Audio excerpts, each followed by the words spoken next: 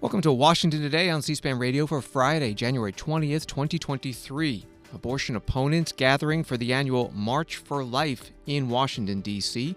to talk about their movement's agenda, as this is the first march since the Supreme Court reversed the Roe v. Wade decision that had legalized abortion. We'll hear from some of the rally speakers and talk with a roll call healthcare reporter. Senator Tim Kaine of Virginia announcing he will run for re-election in 2024. It was a closely watched decision since Senator Kaine is a Democrat and the last statewide Virginia races were won by Republicans. President Joe Biden marking his 2-year anniversary as president, telling a room full of U.S. city mayors at the White House, "With your help, we've gotten a lot done."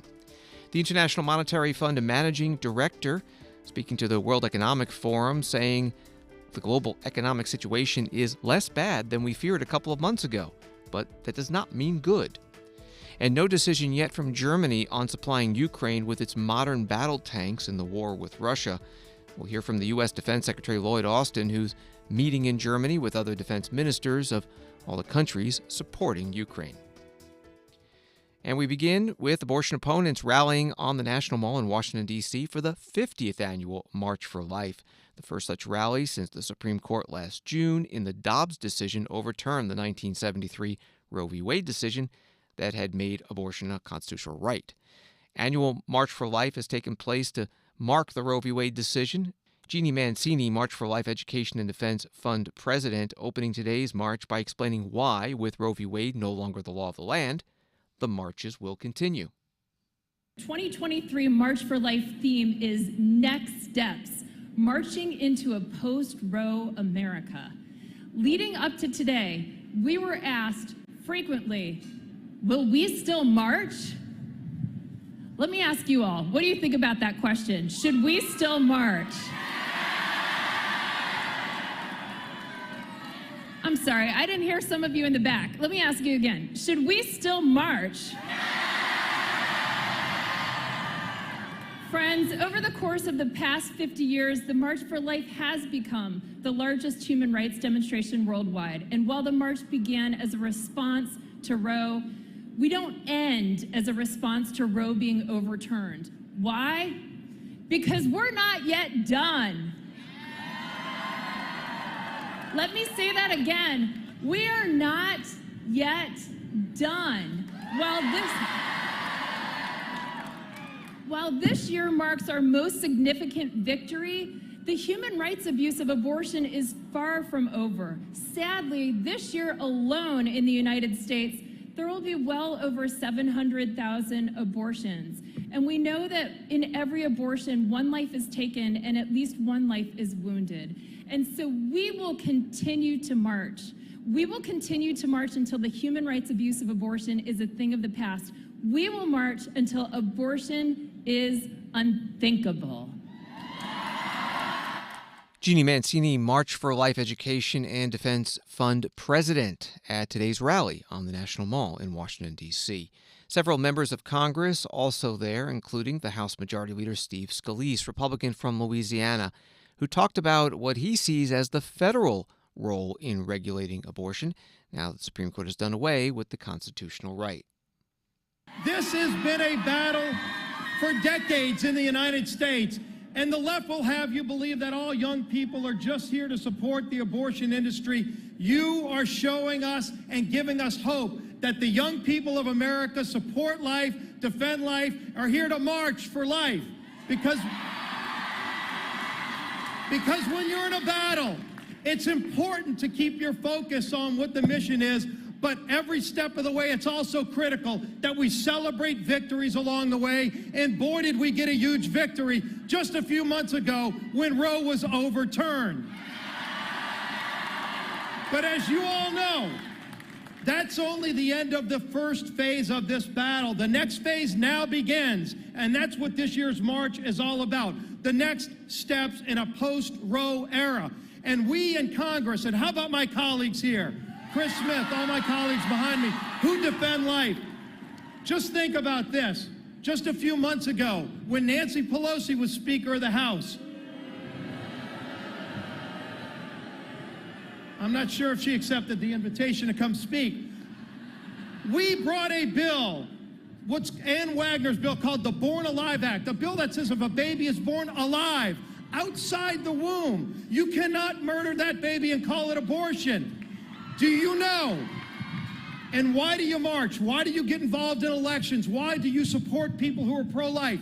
80 different times, Nancy Pelosi blocked that bill from coming to the floor. The story actually gets better. In just 8 days of a Republican majority, we brought up that bill and passed it through the House of Representatives. That's what difference elections make. It's why you get involved. Congressman Steve Scalise, Republican from Louisiana, the House Majority Leader. Sandhya Raman, healthcare reporter with Roll Call, has been covering today's March for Life and what the abortion debate might look like in a post-Roe v. Wade world. She joins us now by phone. Thank you so much. You were at the march today. What was the feeling there, perhaps compared to previous marches? I think this is a really interesting march because, we are at the first March for Life after the Supreme Court overruled Roe v. Wade last year. So there's just a different vibe this year. A lot of, we had some federal lawmakers, we had activists from across the country really talking about the next steps and how overturning Roe was the first step in a multi-step plan of things that they want to do next in this kind of movement. Is there any disagreement within the movement about how to proceed? There is, and I think that's something that's pretty interesting. Even though this is something that we've been building up for years, both sides has been pretty frank that they felt like this was going to happen. It was just a matter of when rather than if. And then on the Republican side, there is a little bit of, disagreement on terms of whether this should be addressed at the federal level, whether it should be done at the state level, what kind of different restrictions or limits that should be taken. Whereas before, there was a lot more uniformity in terms of what was kind of wanted as the main goal, which was to overturn Roe. And now that we're in that stage, there's a lot more fragmentation where even if everyone has the same sort of end goal, there has been a little bit of people saying that there are different priorities that should be taken. What are the lessons from the 2022 midterm elections for the anti-abortion side? So that's another area of fragmentation where, you have some parts of Republicans and conservatives that said, hey, this has not been a winning message for us. Maybe we should not focus as much as this post the election, given that, there were 5 ballot initiatives in states last year related to abortion, and all of them went in favor of abortion rights. And then there have been, campaigns that focused more on abortion, or Democrats really capitalized on using abortion rights as a way to kind of pick up seats and really focus on this issue. So we've even seen in the last few weeks and last year a lot of fragmentation here. If we looked at last week, the House held a couple votes on anti-abortion measures. And even though all of the Republicans did vote for the measures, there was some fragmentation with lawmakers like Representative Nancy Mace saying that this was a big issue for voters, and she wanted to focus on some other topics as the House kind of heads in, things like contraception and other issues that are important to her district. We're talking with Sandhya Raman, a reporter with Roll Call. The national March for Life has been a focus for now 50 years. How important going forward will the Washington rally be versus perhaps state and local marches? I think we can look to one of the big changes that was this year. In previous years, advocates have marched towards the Supreme Court to signify that they wanted the Supreme Court to act. But this year, and I presume in following years, they marched towards the Capitol, hoping to signify that, the next steps they want to be taken are in Congress as well as in state legislatures. So I think that, for folks that are really passionate about this issue, the federal level is still going to be important. The president, Congress all have power over different things related to abortion and everything that reproductive health spectrum. So I think that it will still be a big kind of messaging point to have the national rally. Though there are a lot more state-led initiatives happening over the next few days for different states that are really trying to push changes on the state level. And finally, 6 months after the Dobbs decision that overturned Roe v. Wade, what does the abortion map look like in the U.S.? So one of the tricky things about it, as someone who's been covering this issue for several years, is it's constantly changing. We have states where abortion might be severely restricted, but many of these laws are in the midst of litigation. So sometimes there's a back and forth where it might be restricted today and not restricted tomorrow, and then restricted again the next day. But there are large swaths of the country where access is pretty restricted, especially in southern states, a lot of parts of the Midwest, and even in states that do not have as strong limits on abortion. Abortion rights activists have mentioned that there are a lot of things that can be done to expand access. So the map is constantly changing and will continue changing, especially with litigation in the states heading into their legislatures. Sandhya Raman is a healthcare reporter for Roll Call. Find her stories at rollcall.com. Thank you very much. Thank you. And C-SPAN cameras covered today's March for Life. We have the video at our website, cspan.org. President Joe Biden issuing a proclamation on the 50th anniversary of Roe v. Wade, which protected abortion rights nationwide until it was overturned by the Dobbs decision last year. The proclamation reads, "The court got Roe right 50 years ago. It was a balanced decision with broad national consensus that the majority of Americans have continued to support for the last 50 years. And it was a constitutional principle upheld by justices appointed by Democratic and Republican presidents alike. I continue to call on the Congress to pass legislation to make those protections the law of the land once and for all. Until then, I will continue to use my executive authority to protect women and families from harm in the wake of the Dobbs decision," part of the proclamation from President Biden. Vice President Kamala Harris plans to give a speech on abortion rights in Tallahassee, Florida on Sunday, the actual 50th anniversary date of the Roe v. Wade decision. More on this from today's White House briefing with the press secretary, Karine Jean-Pierre. Can you talk a little bit about what message the White House is trying to send on Sunday by having the Vice President deliver a speech on abortion rights in the state of Florida, and specifically in the state capital of Tallahassee? So as you know, Florida is an important state as we're talking about fighting for women's health care for a few reasons, and let me just run through them. Florida has an abortion ban, which is on the books, so that's number one. It is the third largest state in the country, as you all know, and is surrounded by several states around its border with even more restrictive abortion laws, and those bans which are in place as well.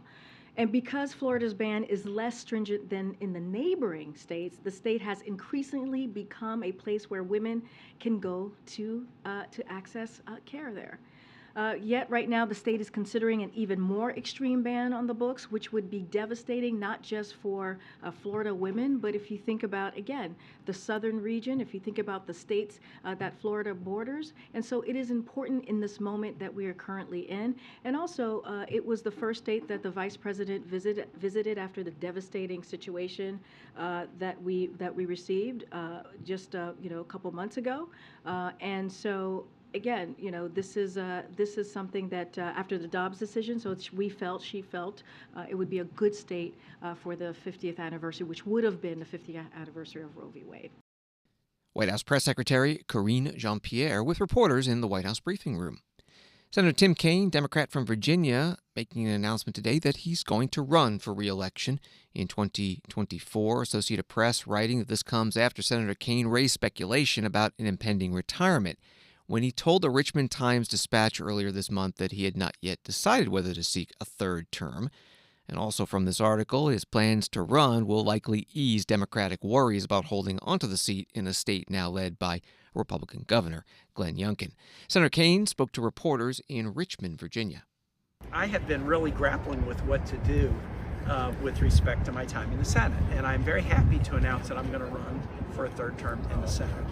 I it's an unusual decision, and as Ann and I worked through it really mostly since the midterms, she pointed out one of the reasons it's hard, it's an 8-year decision. Most of the decisions you make in your life, they're not 8-year decisions. They're like for next year or for next week. I make decisions about tomorrow sometimes, but a Senate term is 2 years of campaigning and then 6 years of serving, and you got to really approach it carefully. Here's why, in conversations with friends and especially with Ann and my family, I've decided to run for a 3rd term. I'm a servant. I love Virginia. I'm proud of what I've done. I got a whole lot more I want to do. Senator Tim Kaine at a news conference in Richmond, Virginia. He was also the 2016 Democratic vice presidential nominee, running with the presidential candidate Hillary Clinton.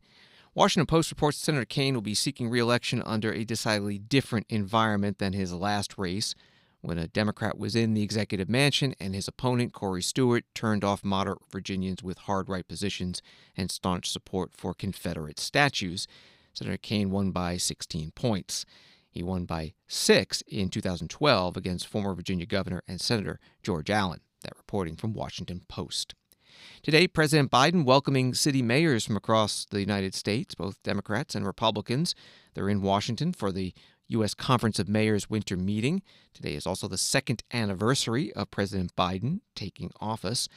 After he gave a speech touting what he sees as the accomplishments of his administration the past couple of years, he took a few questions from the mayors.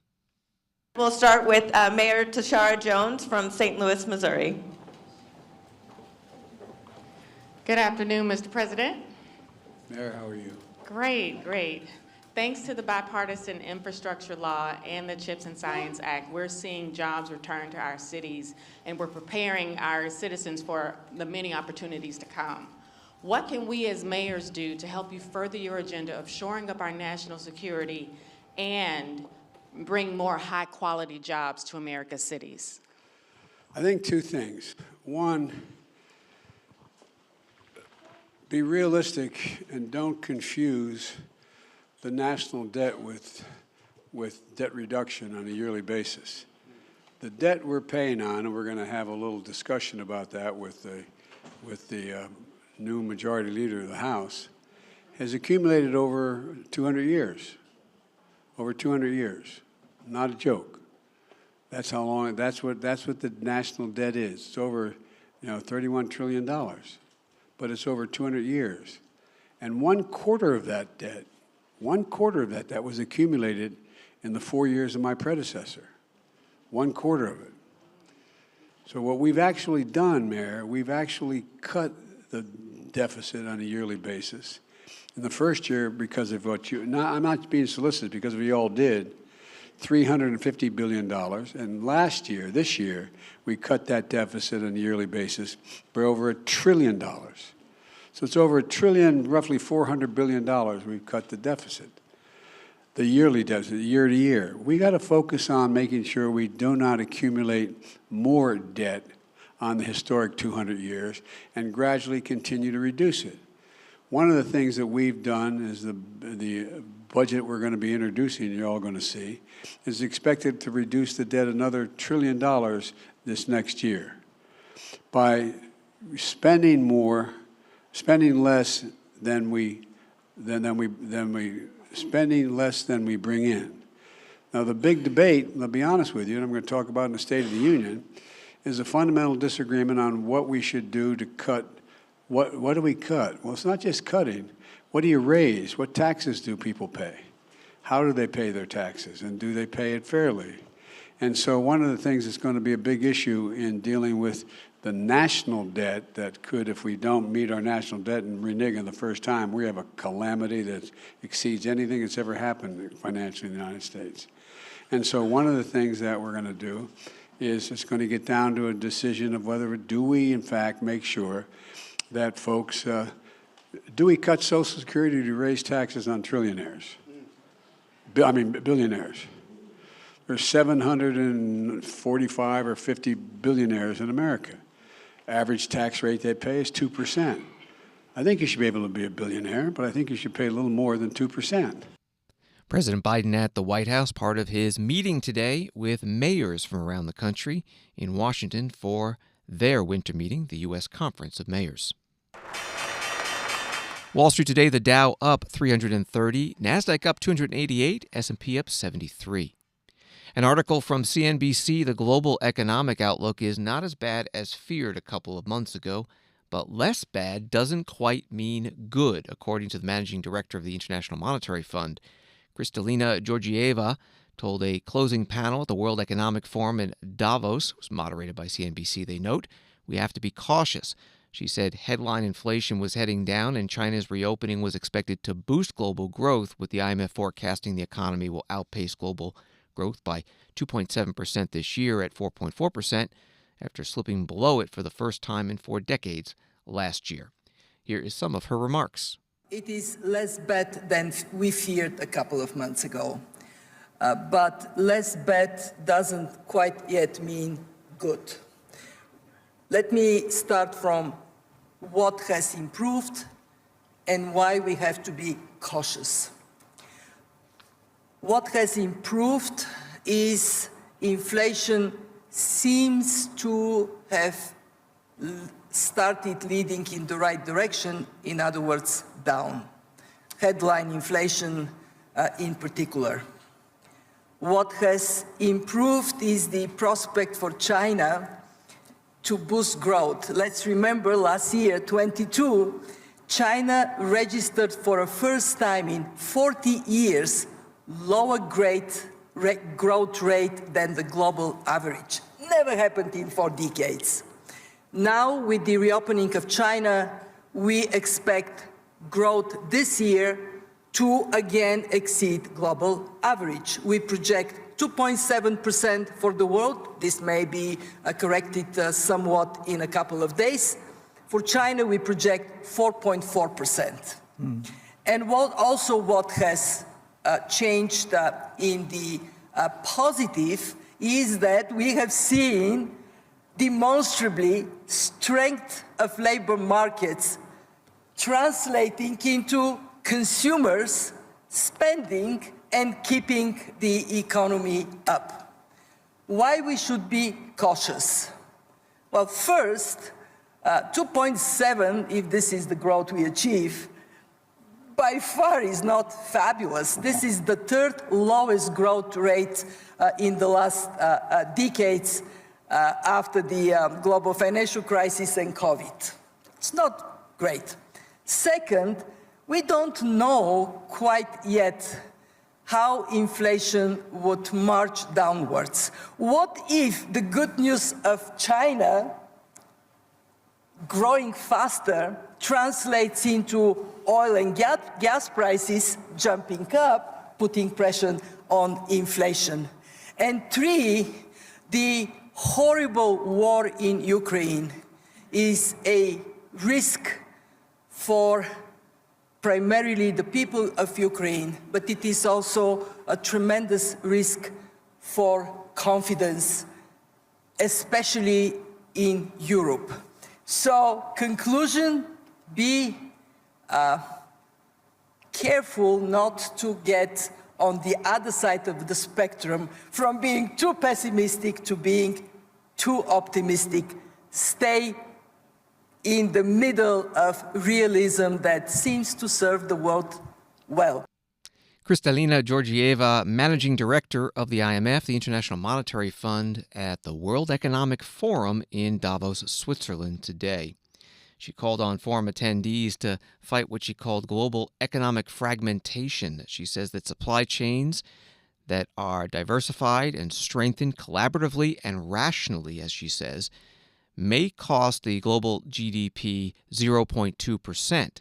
But if the world acts like, quote, an elephant in a china shop and we trash the trade that has been an engine for growth for so many decades, she says the cost could be up to 7% of GDP, $7 trillion.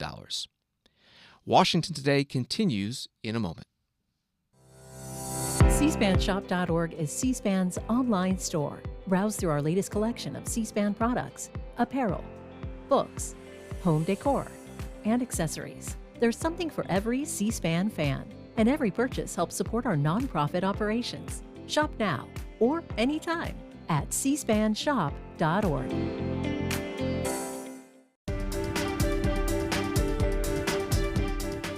Welcome back to Washington Today, available as a podcast wherever you get your podcasts and on the C-SPAN Now mobile app. ABC News headline, President Biden breaks silence on his handling of classified documents. The accompanying article says the president answered a question Thursday from a reporter, despite repeated questions to him all week on the topic. Of course, this concerns the classified documents found at his home in Delaware and a former office in Washington, D.C., that matter now under investigation by a Justice Department special counsel.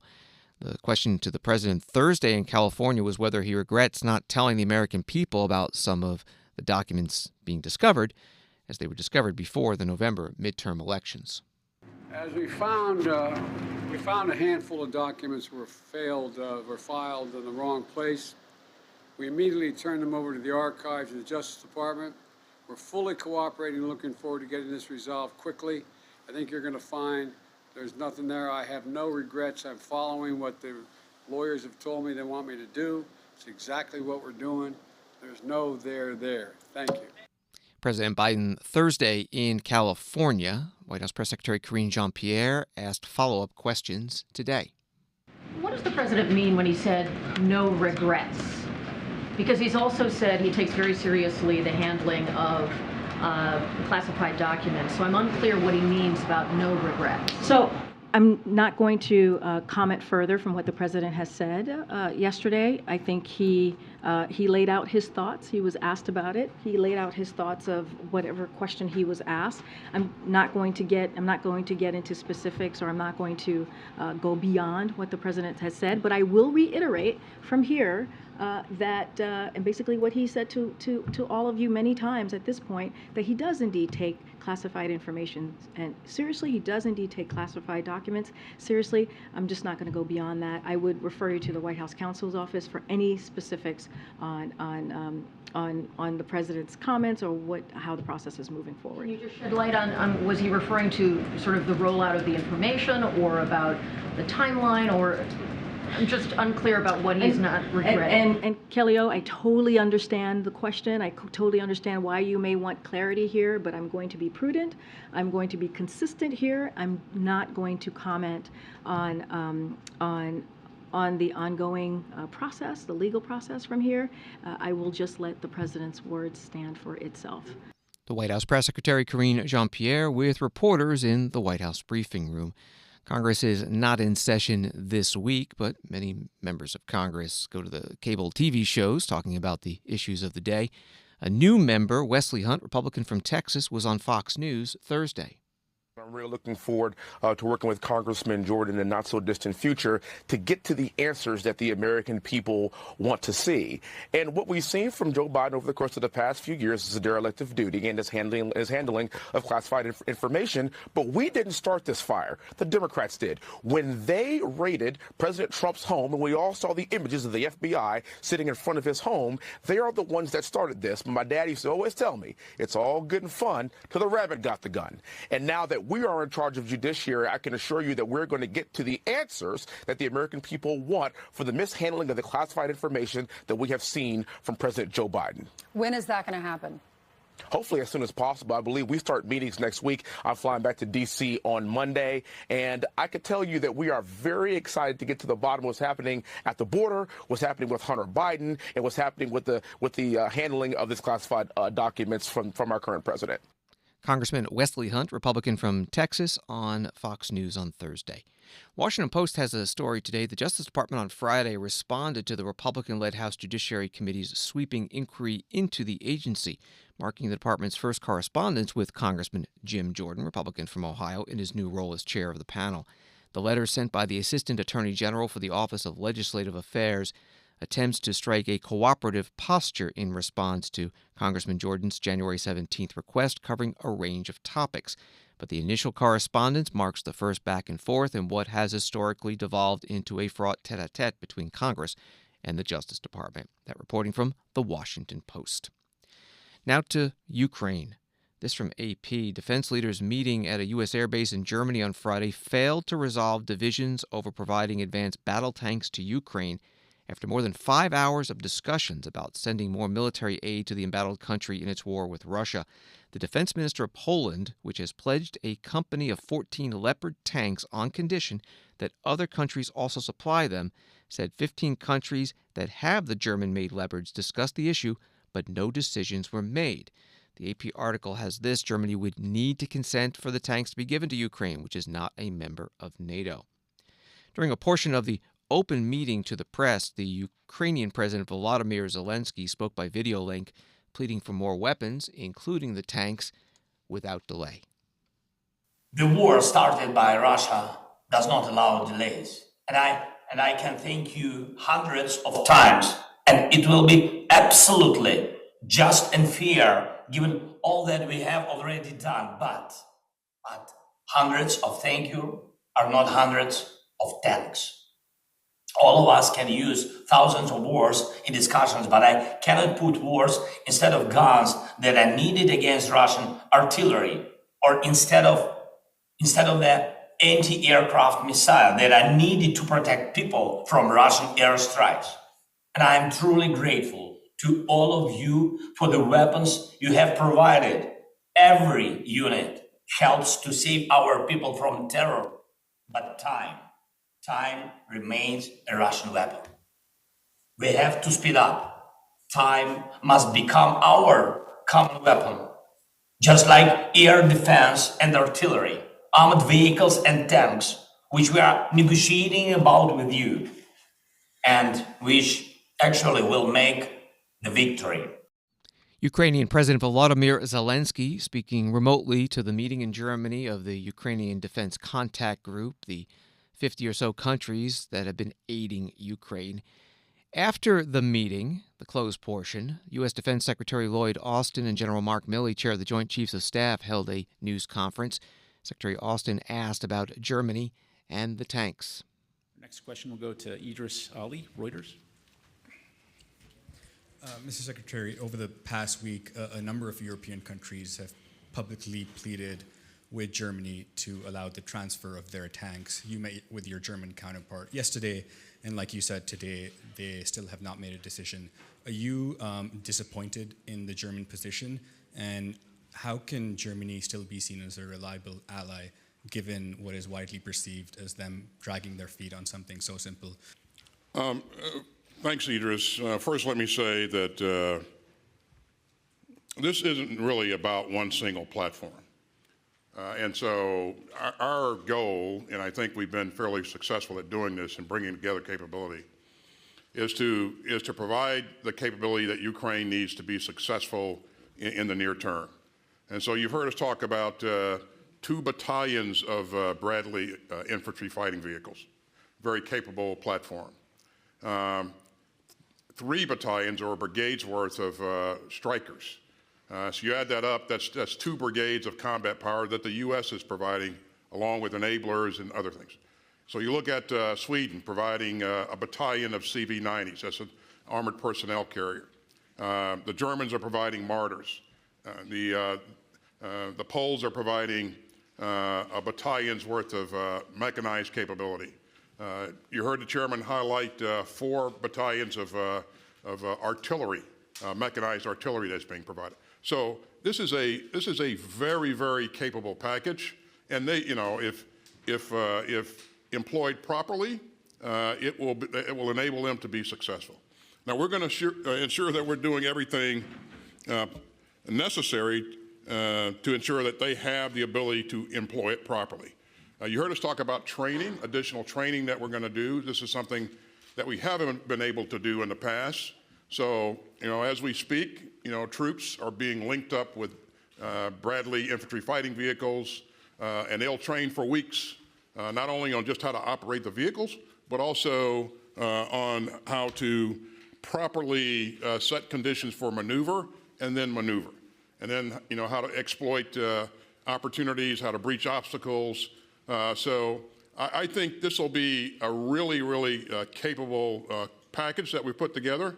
And I really do believe that it will enable the Ukrainians to be successful going forward. So this is not dependent upon a single platform. This is a combined arms effort that we've brought together that I truly believe is going to provide them the best opportunity for success. Defense Secretary Lloyd Austin at a news conference at Ramstein Air Base in Germany. More from the Associated Press article on today's Ukraine Defense Contact Group meeting. The U.S. has resisted providing its own M1 Abrams tanks to Ukraine, citing extensive and complex maintenance and logistical challenges with the high-tech vehicle. General Mark Milley, chair of the Joint Chiefs of Staff, also at this news conference in Germany, was asked whether now is the time to start negotiating a settlement between Ukraine and Russia, as General Milley has said in the past that all wars will end eventually with a negotiated settlement. President Biden, President Zelensky, and most of the leaders of Europe have said that this war is likely to end in a negotiation. And from a military standpoint, this is a very, very difficult fight. This fight stretches all the way from right now, so the front line goes from all the way from Kharkiv down to Kherson, and there's significant fighting ongoing, and it's more or less a static front line right this minute, with the exception of Bakhmut and Soledar, where there's significant offensive action going on really from both sides. The distance, that for the United States, that's about from, I guess, Washington, D.C. to Atlanta. So that is a significant amount of territory. And in that territory are still remaining a lot of Russian forces in Russian-occupied Ukraine. So from a military standpoint, I still maintain that for this year, it would be very, very difficult to militarily eject the Russian forces from every inch of Ukrainian-occupied or Russian-occupied Ukraine. That doesn't mean it can't happen, doesn't mean it won't happen, but it'd be very, very difficult.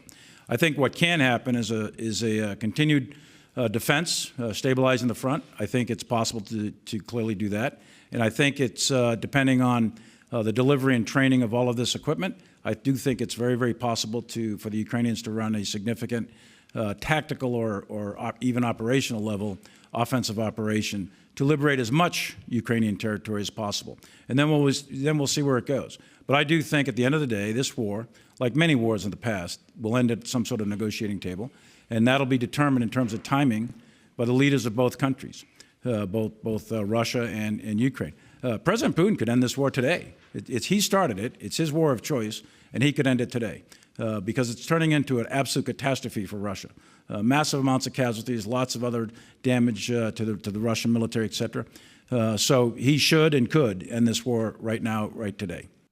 General Mark Milley chairs the Joint Chiefs of Staff, a joint news conference with the U.S. Defense Secretary Lloyd Austin in Germany today.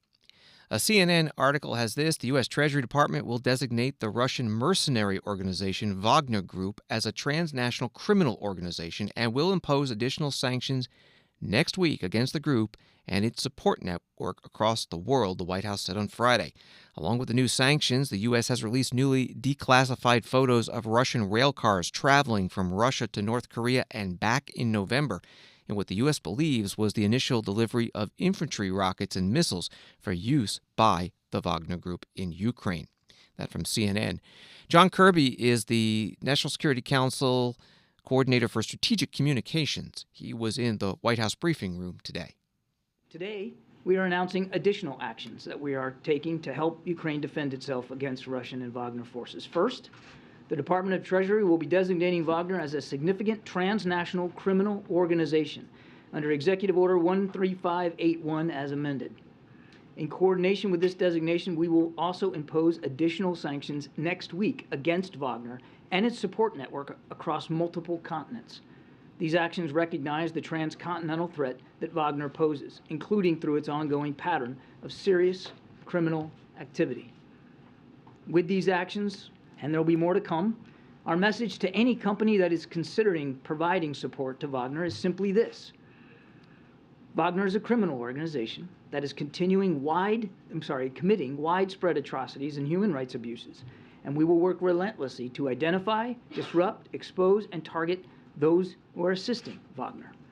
Second, as we have stated previously, the arms transfers from the DPRK are in direct violation of United Nations Security Council resolutions. So today, we shared information on these violations with the Security Council's DPRK Sanctions Committee panel of experts. We will continue to raise these violations at the Security Council alongside our allies and partners. And third, of course, and I think you saw Secretary Austin and Chairman Milley and Ramstein today at the 8th iteration of the Ukraine Defense Contact Group, we are continuing to provide Ukraine with the weapons and equipment that it needs to defend itself. So, and you saw today the significant new package of security assistance, which included more than 500 armored vehicles, including Bradleys, Stryker combat vehicles, mine-resistant ambush-protected vehicles, otherwise known as MRAPs, and of Humvees, all in addition to the armored vehicles that we have already announced. Now, this package also contains critical additional air defense capabilities, including both more air defense systems and more surface-to-air missiles, as well as more ammunition for the artillery systems and the HIMARS, the advanced rocket systems, that the U.S. has already previously provided to Ukraine. John Kirby is a spokesperson for the National Security Council today in the White House briefing room. On the Wagner Group, he said that U.S. intelligence estimates that that group has at least 50,000 personnel in Ukraine, most of them recruited from Russian prisons. And on the U.S. aid to Ukraine, that latest $2.5 billion package that he announced, it brings total U.S. security aid to Ukraine since the war began nearly a year ago to almost $27 billion. John Kirby also asked today about the U.S. Coast Guard's announcement this week that it is monitoring a Russian ship near Hawaii believed to be gathering intelligence. Pentagon put out a statement. U.S. Indo-Pacific Command is monitoring the Russian vessels operating in international waters in the Western Pacific as Russia operates within the region.